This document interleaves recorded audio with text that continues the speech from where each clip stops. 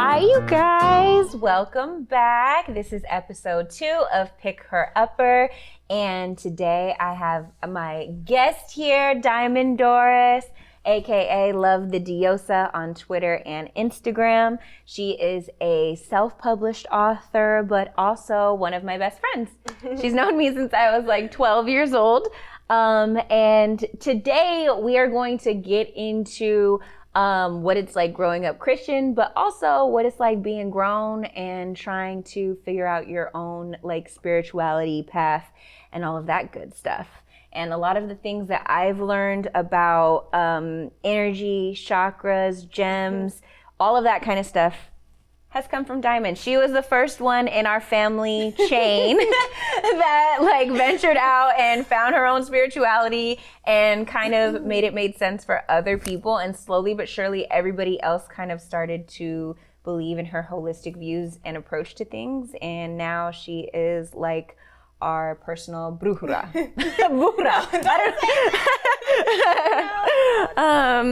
So yes, that is why I chose her for this episode. So let's get into it. Diamond. Yeah, what's up? Anything you want to say? Hi, everybody. Hi, my loved ones. I'm excited to be here, excited to be a part of your project, your passion. This is something that's just for you. So I'm like super stoked to be here and to be the second person, or the first person, but on your second episode. Like, that's so cool to me. So I'm pretty excited about that. And I've always been a thinker type person. Like even when I wrote as a kid, I was always just, some of the stuff I read now from when I was 10 or 11, I'm like, what the heck? Like, so you've been writing for that long? Been writing. My mom has saved all the books and like essays and reports, everything that I've written since I was maybe 5. Wow. She has everything. And I have books. My first like really, I guess, public book was when I was 11. I still don't remember the name of it. I just had it on my Instagram too. And it was by my parents. It was based on a family vacation that we really went on in Hawaii. But instead I turned it into my parents were spies and terrorists and crack and robot sharks. Crack and roll. It was a lot. It was, yes, drugs. You're 11. What do you know about crack? I mean, the robot shark's one thing, but crack. And so my teacher read it, and I ended up having to go to the parent-teacher conference with my parents because she was, as much as she loved it, she was just like, okay, there's a lot going on here. It's terrorists. Why do you know about all this? And I mean, I was just, I was just an expressive person. It would just, I would take little stuff and then just like make a whole story out of it. So that's always been my thing. But now, being older, I've made it more personal. And it's not so much geared towards fantasy like it was in the past. It's more so, this is who I am, which is kind of cool, actually. Very vulnerable, but I like it. You get to make work out of just seeing yourself. Oh, love it. Alrighty, so let's transition into story time. I found a good story online, and it's titled "What It's Like Growing Up in a Black Church." Okay. It was published on World Religion News, and this was published back August 31st, 2017 by Nathan Glover. Okay, let's jump into it. I feel like you're going to be able to relate to a lot of things in here because this is I'm sure. It's our life. I'm sure. I'm sure. So growing up in an African-American household, I remember always having to expect a good portion of my Sundays to be dedicated to the church. My family, notorious for our lateness, and aren't we all, would always leave home about 10 minutes before service, knowing that we would have to travel about 45 minutes to get there. And regardless of how late we were, we could always expect to have 4 to 5 hours of church activities ahead of us. Now that's something new because we were always in ministry. And when I say we, I mean like literally we. Like I've known her family since I was like 12 years old, and we were in multiple choirs together, multiple ministries. We would drive multiple churches, like churches on Saturday and churches on Sunday. Like it was a whole thing. Choirs on Tuesday, Bible study on Thursday. And we're from the Bay Area. And if you're from the Bay Area and know how far Antioch is from Fremont, know that she was making that trip. During the middle of the week, we would go to Stockton. Just like churches. You really bringing back a lot for of days. memories. Yeah. Right now. I know, I'm saying. So, okay. I had grown up with this as the norm, but over time I became aware of the stark differences between the churches I attended with my family versus others. Okay. So after, and I had that thing too. I went to a Christian school, and that white Christianity and black Christianity, it ain't the same. Totally different. It is different. Yeah. After I started attending Christian schools, oh, look at that. I went to my school services every other week, alternating with my family's church home, and the differences were too great to ignore, from the way that the church was formatted to even how I dressed for each respective church. I decided to delve further into this phenomenon. So I wanted to know why these two environments contrasted each other so greatly. More specifically, I wanted to know why Black churches have become their own ecosystem that vastly contrasts other churches of the same faith.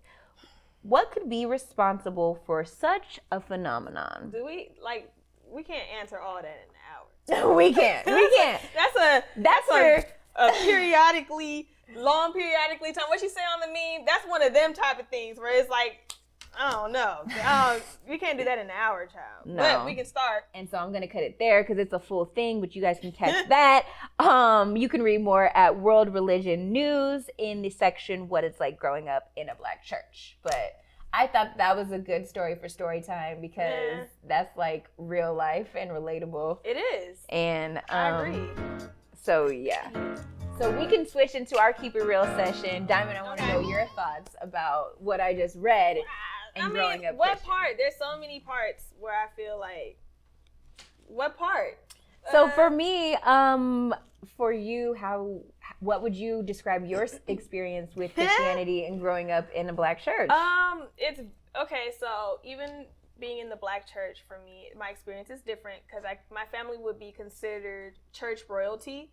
I come from a family of pastors, bishops, like they're really known in the church. There's good and bad to that. It's good, I guess, to the degree where if you're using your light and your platform the right way, you can help to assist people and help stuff like that. But if you don't have your stuff together, everybody know. And it's not just that person, like it's a whole family that's just like left behind to deal with certain stuff because it's not that much different from the secular world as far as gossip. It's the same people. It's the same people that we see at the shopping stores, at the same church on Sunday trying to get a little bit of Jesus. Even to this day, I'm almost 30 and I still feel the pressure of, am I embarrassing my family? Am I am I going to hear backlash? Yeah. And I'm still battling between expressing myself and my individuality and just making sure that even if they don't agree, that I don't disrespect what they're doing. But being now that my dad took over the church since my grandma passed, that's been even more of an enormous pressure because now it's like, okay, I'm literally, whether I want to or not, people are looking at me. Yeah. And then it's like, okay, she's the black sheep, she's the rebel, she's the one that does all the weird stuff on Instagram and she cusses and it's like, yeah, but I got a good heart. But that's not everything that Christianity is. It's at the end of the day, it's a structure, it's a organization and there's protocols to it. Yeah. And I didn't agree with the protocols. Yeah. Which is why I'm not there. Yeah, and a lot of the restrictions put on us by like religion and things like that, like those kinds of things I feel like are man-made. Like I feel like there's so much more that comes with having like a relationship with the Creator, a relationship with God. Absolutely. And even I feel like in your books, a lot of times you refer to God as the Creator or different things like that. And I feel like you've received backlash being like, oh, you're not going to call God God? Yeah. Oh, we're not going to. And it's like, God has what if I'm trying to be inclusive? Like, what if I'm trying to like reach other people? Is God not a creator? Like, is God not the source? So why, I don't get it. Like, I don't understand the concept of that. We're like, referring as the Alpha, Omega, or whatever I decide to name God at that time, like that's not taking away from what I'm referring to. Right. But people get so caught up in, that's not God, that's Allah. That's not God, that's that, this, that's that. And it's like, literally Allah means God. in another language. Just like Jesus means Jesus. You know what I'm saying? But nobody goes against that. But it's just little things where it's just like, that's stupid. Like, that's dumb to me. Like, I don't understand the concept of that. And if people in like religion focus on the similarities versus our differences, we have a lot more similarities than differences. I mean, totally. Like Christianity, Judaism, and Islam are probably the top 3 religions in the world. It's literally the same. And they all came from the Middle East. Perspectives. Yeah, it's just like Christians believe in Jesus. They all know that. They all believe that Jesus exists. It's just everyone acknowledges Jesus, and some believe he's the Son of God. Some believe he was a prophet. Others, don't want to focus on any figures, and they want God to just be God. And then others are still waiting for the Messiah. So it's really just. It's like, I don't know. I just feel like semantics at this point. But even with the Black church, like you have Baptist, Kojic, Pentecostal, A, B, C, D, E, F, and G. All type of stuff, and each one is different. Baptists feel like once you're saved, you're always saved, and you can do whatever you want to do because you've done what you need to do to get to heaven. You're good. Kojic people feel like you can backslide even if you're saved. If you mess up and you don't repent, you're going to hell. Like there's different, and then they bicker amongst themselves. Like my mom was raised Baptist, my dad was raised Kojic. Even the style of praise and worship, and the church vibe. Baptist is very slow and hymnal, and Kojic is like we gonna pray, and it's just like what the heck is like, you know what I'm saying? It's two totally different things. And even with that, Kojic people look at other parts of Christianity like Baptist, and they're just like, ew. Like, and it's just like that. And some believe in speaking in tongues, others don't believe it. I grew up non-denominational, which is still a denomination. So it's like, all right. It's like, okay. But, that's kind of where we're like, everything is accepted. We just love God. Let's get it on. Yeah, and even with that, people feel like, oh, you're accepting too much. You're not following through with this and that. And there's a scripture I can't off the top of my head remember where they asked Jesus, what's the most important commandment? And he's just like, love each other as you love yourself. So love yourself. Love my father first. Love your father. Right. Love yourself, then love others. That's it. If you do that, love others the way you love yourself. Good. Everything else is, if you do that, you won't kill. You won't steal. You won't cut. Like, because you're treating others. Everything is good. With the love that you have for you. But everybody focuses on the dumbest stuff. Like, even with my family, wearing pants. Wearing pants to church, Wearing pants to church, wearing makeup. My shoulders are out, Yeah. Are my knees showing? Like, did I wear stockings? Yeah. Like, little stuff like that where it's just like, oh, well, she's kind of loose. She's fast. Or not that I've ever been called that, but there's a certain appeal that it's like, oh, she's just not a godly woman. Mm-hmm. And, if that's what it takes for you to not see the God in me, then right. Okay. If that's all it takes for you to not see the God in me, you don't have to agree with me on who I am. Period. So like, if you feel that, okay, cool. I could feel you're an elephant. You see how that opinion didn't matter? Right. So like, I don't care. So what started your journey, like branching out and seeing other, I wouldn't say spiritual influences, but other connections with like yourself? Oh, yeah. So totally going to college, which is like the thing that I think Black churches like, oh my God, they're going to college and there's all these things that they can learn. And I feel like that's not a bad thing. I feel like I shouldn't be forced or caged into a specific religion or a specific idea. Right. It should be a choice. They're scared of the world and worldly things. It should be a choice. And I feel like if I make a choice to stay in Christianity, let me do that because it's what I want to do. And if I make a choice not to, God's gonna know my heart whether I'm sitting in church and I don't want to be here or not, right? Right. Like, you know what I'm saying? Like, so just let me do what I need to do. But I took a philosophy class. But doing that, like I said, that comes with a lot of backlash because I'm like, okay, am I sharing too much? Because I have to consider, like, if I say this, people in the church, they're gonna see this and be like, oh, this Monica and Roger's daughter. Or, you know what I'm saying? Like, and it's just like, okay, I don't want to hear that because then I'm gonna get my phone blown up. Don't want to hear them, and it's just a lot of stuff. Even if they don't mind it, because other people minded it, they'll feel away. Yeah. And tell me to fix it. Right. And that ties into last episode when I spoke on like perception and like everybody wants to like maintain this image of my child is the child. I am 30. Right. For life. And it's just like, dang, they just are our puppeteers forever. Okay. All right. That's how I feel sometimes. I'm finding a balance between, because my goal is to never offend anybody. Ever. Regardless if I want to share my truth or not, and I'm learning as I get older, there's more than one way to tell the same story. Yeah. In a way that's not offensive to any party. And that's what I want to do, is be able to share it. Because even though I might have some traumas tied to it, they might have traumas tied to it too that they didn't want to express. And even though that's what happened to me and it involved them, they might have not healed from that. Or they might have not, you know what I'm saying? Yeah. And so that you can't just always be so open to share, because you just don't know where that impact, like where it could spring off to and hit people. Like, certain stories I want to tell, but it might affect my sister in a way that she might not be ready to discuss or want people to know. Or, some people deal with shame and guilt from their actions that might have made me feel away. So you always want to just be cognizant, and that's what I'm trying to learn, is to be more cognizant and be more aware when I tell my story, so that I don't offend the Black church, even if I don't agree with everything that they're doing. Yeah. Yeah. Okay.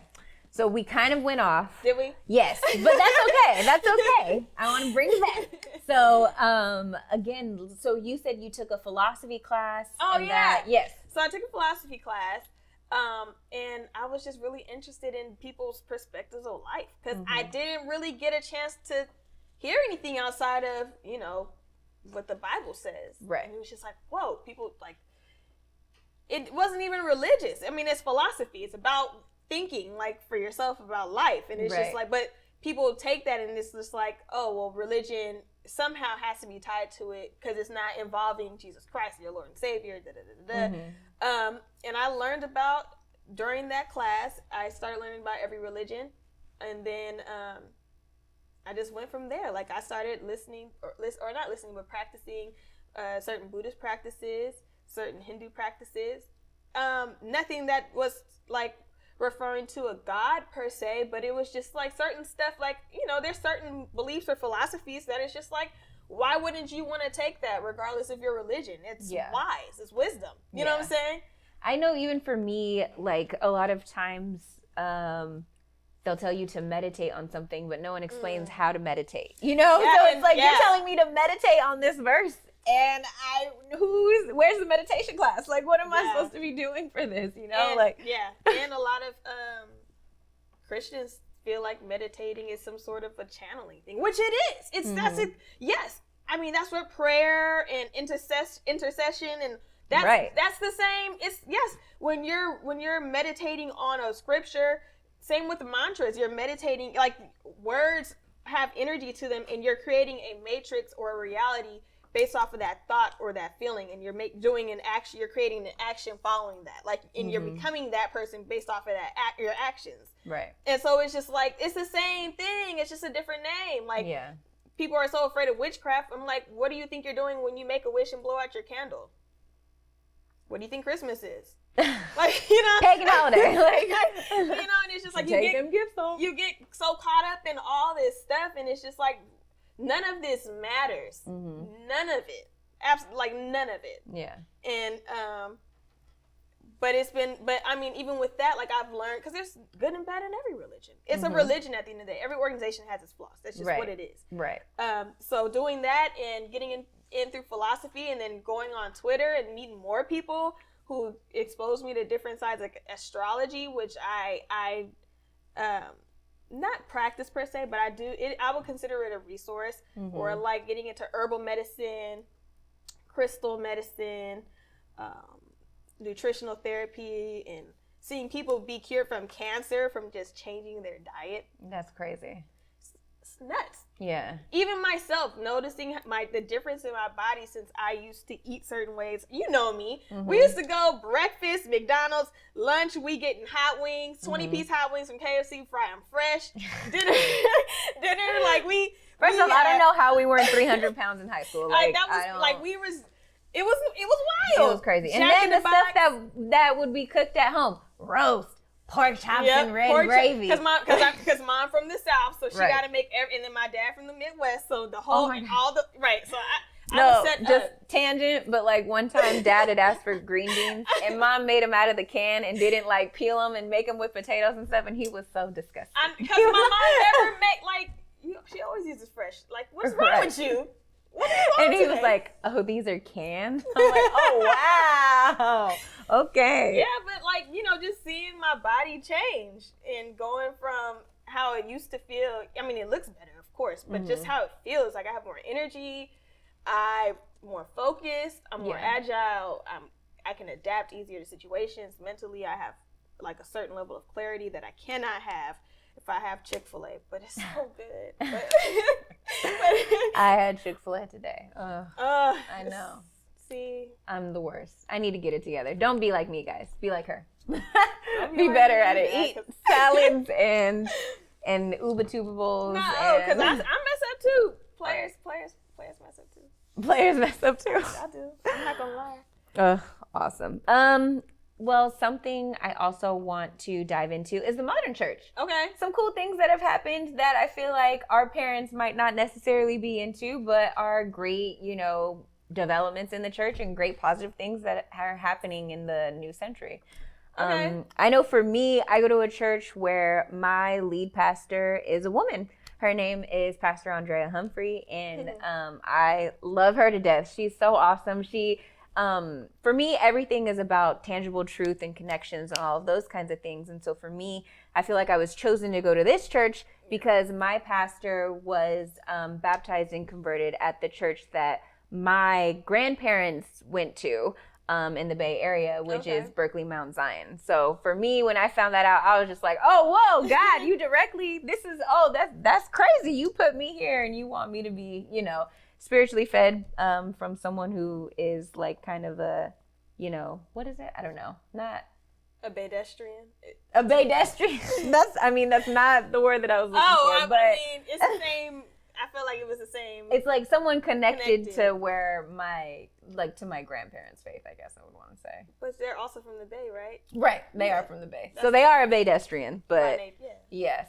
And another thing that we do at my church is we have live stream, so people can enjoy church. Now. Yeah, that's a popular thing. But do you think that people are looked down upon if they aren't in the building and if they get their, church from live stream? I mean, okay, so I wouldn't consider myself an active Christian. Do I still partake in some Christian practices? Yes. Mm-hmm. Would I refer to myself as a Christian? Per se, probably not. I would refer to myself more as Christ-like. I feel like there's a difference.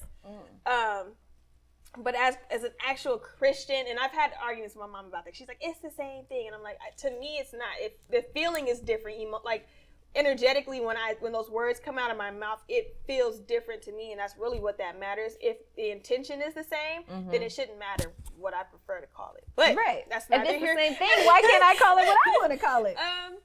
But I feel like I do watch TD Jakes every Sunday. I feel like everything he says I don't agree with, but I don't watch people that I agree with 100% of the time. I'm not learning anything. Yeah. I want to be challenged. Sometimes I want to be like, oh, so that maybe that let me investigate that. Like and I don't always agree with him. I don't always agree with anybody, but I do watch it. And I guess by definition, a lot of people would consider that, oh, you're not real and they would probably bring up a scripture, but it's just like, I'm doing my own thing and I'm successful with it. So, let me worry about my soul. Yeah. Let me be connected and tied in how I'm connected and tied in. I haven't been any more connected to God than I have been now, and I haven't really sat in a church, like an actual brick and mortar church in years. And I feel more connected now than I did being in church 4 or 5 times a week with my parents. I didn't even know God. I was just like, I'm just here. Right. My mama made me come. I didn't want to be here. Falling asleep during choir rehearsal. I get home midnight. Like I got a 12-hour shift. Right. And it's just like, I'm 8 years old. Like, I would like to be in bed. I would like to have a bedtime. I don't want to sleep and hear the choir. Yeah. Blaring in my dreams. ears. Like, people screaming into the microphones. Like, love it. Love it. I mean, I can fall asleep anywhere because of growing up and being in choir rehearsal. But I think that's a black church kid thing. Like, you can, anywhere. Yeah. Any type of chaos. You're not. Yeah. I love the foundation growing up in the church has given me. Yeah. I don't like the negative stigmas and connotations or, that come, or the connections that come with being a Christian and calling myself a Christian. But honestly, those are just words. And to be honest, people call us Christians because we follow Christ. So yeah. I don't think, whatever you want to call it, as long as you have a relationship and a genuine connection, and as long as you are doing the work of self-exploitation to see what really helps you the most, self-care. Like, self-care. Self what? Yeah. Right. So closing this out, I kind of want to touch on the church's acceptance of worldly practices or lack thereof. Because I'm in the entertainment industry. A lot of people that I know are in the entertainment industry. A lot of people who grew up in church were told that we shouldn't do this because it's secular. And if we're not doing things that are Christ-like, we're not honoring God. And that's like the surface. That's like surface. It goes so much deeper than that, but it's just like surface. And I feel like people in the millennial age, we're growing past that, and we're realizing that we can't just contain this between like-minded believers, because we're not reaching everyone if we just stay within, a small circle. And we're able to, reach people in different ways. Yeah. So I kind of want to ask you about like finding a relationship beyond like religious practices. I mean, honestly, as long as you know that a God exists and you have a relationship of your own connected to God, I mean, that's all I need to know. Because as far as my belief goes, it's kind of difficult to not see God everywhere. So if you're not able to see God, then essentially you're not able to see yourself, because that's what your likeness is. And your purpose, everything is lost here, because you're now thinking your purpose here is to find your purpose, which is not the truth. Your purpose here is to just be who you are. Right. and to create and to multiply and to do whatever you want to do. We're basically here to manifest what we can do conceptually. That's the whole point. And everyone's blessed with different gifts. So if we all... I wonder how many gifts that people have ignored or haven't been able to kind of nurture to their full potential just because they're told that it was wrong or like unaccepted in the church. You know? And I mean, like, if you can do that, if you can show me and have come from a place of gratitude, a place of love, a place of trying to shift the culture for the better, leaving people better than the way you found them, all that good shit. Like, if you can do that, I'm good with you. Like, that's But I've dated people that either weren't as spiritually connected, or they didn't believe in God at all. And there's nothing wrong with that. That's just not where I'm at. Yeah. And I need someone on a matching frequency, at least believe in your own power at a minimum. Yeah. And then to do that, like, I feel like people think God is just like some weird being or some this, some that. I'm like, no, it's everything. Like, you're looking everywhere. Like, it's all over. Yeah. You can't miss it. But I mean, I guess you can when you're questioning your own purpose, when you're questioning this, that, and the other. But if you have that and you have a goal and you're ambitious and you're always trying to go forward and move forward and evolve as a person, some people feel like, that's just who I am. Yeah. And there's a difference between character, personality, and behavior. These are three totally different compartments. Yeah. And so you can't, if your behavior is this way and it's toxic, and it's not in alignment with, I guess, what I would be doing. Like, let's just say you don't believe in God, and you're killing people. I know it's so extreme, right? But let's just say you're a serial killer. Okay. Like, it doesn't align with me because that's not where I'm at. But if you were to say, like, you know, I believe in God, but as far as religion goes, this and the other, I'm just here to just experience myself as I am. Da, da, da, da. Like, I fuck with the vision. Yeah, let's do it. I can't tell you what to believe and what not to believe, because even if I force you to do it in your heart, that's really where it matters. Yeah. And I think seeing God in everything is a really, really great gift, because God is inclusive. You know, he's inclusive, and everybody. And I feel like that's what separates sometimes church and God, is because the church likes to be us versus them. You know, and it's like the whole reason that Jesus came back in the first place was so that everybody could be included, and we've like forgotten that, and we like to point our finger at things, but with God being in everything, you had touched on like astrology like a little bit. Oh, yeah. But yeah, I mean, I don't know, like, I feel like, how can God not be in that? It's with the planets and everything. It's like, that's all from God. So, like, I don't understand. From what I've experienced with people that believed in astrology being a bad thing, they have this perception like astrology is a bad thing because people can't even get out of bed without being told what their day is going to be like. And it's like, well, that's not how astrology works. Right. Like, yeah. It's like extreme. That's like, I mean, I'm pretty sure there's people like that out there, but that's not really how that works. The way I see it is everything is connected. Numbers, like numerology, that's all in the Bible. Yeah. Astrology is in the Bible. Yeah. The name's not there, but it's there. Yeah. All of that is, you can't miss it. Right. And I feel like people just get caught up in the names and what people are doing. And it's just like, for me, as far as astrology goes, ultimately, we are the creators of our reality. We are the architects of our life. We do what we want to do. We design, create however we want it to be through our choices at this moment. Mm-hmm. That's whatever the reality is. Yeah. In astrology, I feel like it can be an influence. Mm-hmm. Your birth chart is basically a model. It's not saying that that's what you're going to be forever. It's just like, this is your just core personality. This is what you need to work on. This is what, you know, et cetera, et cetera, et cetera. Mm-hmm. But it's not like, this is it. You ain't got to change. You ain't got to grow. You know, I'm like this because I'm in these parameters for life. Yeah. Because this is how the stars and the suns and the planets aligned when you were born. Yeah. And, you know, and like I said, like if you're, you know, it's there for you to help grow and to say, hey, these are these factors here. And there's been times where I've seen it. It's like, oh, wow, like I can feel what it's saying. Yeah. And I'll take that in mind. I'll keep that in mind. But ultimately, like, it's my choice what I want to do. Right. You know what I'm saying? And I'll consult with God through prayer and meditation before I look at that. Because I feel like even with that, let's just say it is raining. Or let's just say it is like this in the planets. Like, if we manifest that, if we co-create with God, like that's where blessings and miracles come from. Because it's like, that didn't have to happen, but we were so connected, we were in alignment that even amongst all of this going on, we were still able to do X, Y, and Z. So I don't always take stuff as that's just what it is. Because it's just like, I mean, your faith supersedes your astrological if I want it to happen, it's gonna happen regardless. That's ultimately the case of this. Like, I don't know what to tell you. If I want to do it, I'm gonna do it. Yeah. If I want to get it done, I'm going to get it done. But I feel like people are so caught up in the planets and the stars and the witchcraft and the da-da-da-da-da.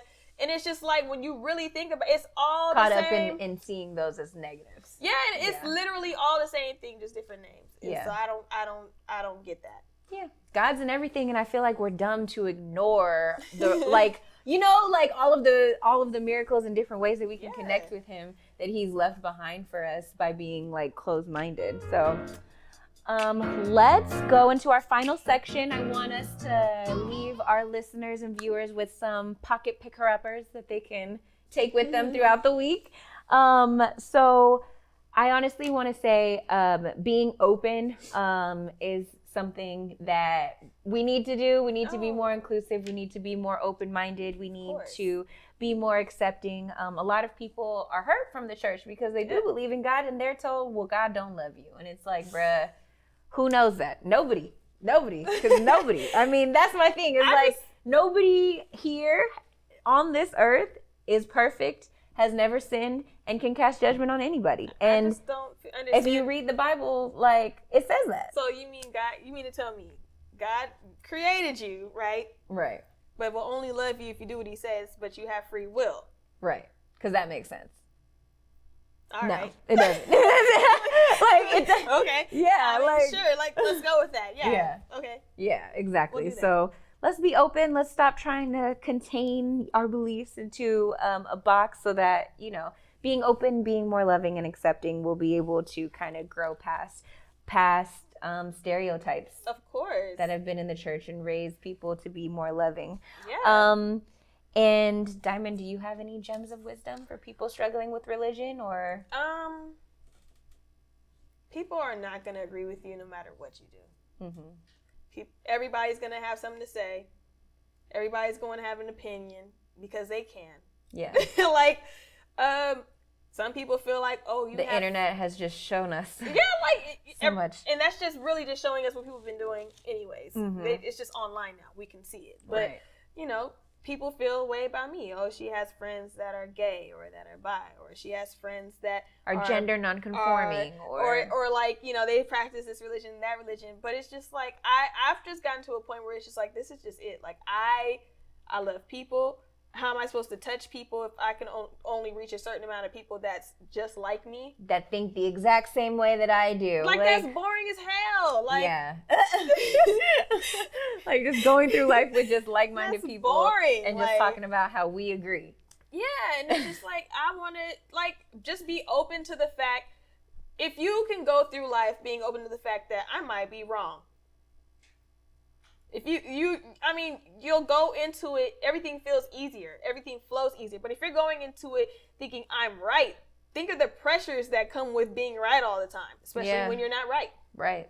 Because none of us are perfect. Because none of us are right all the time. Well, except me, but.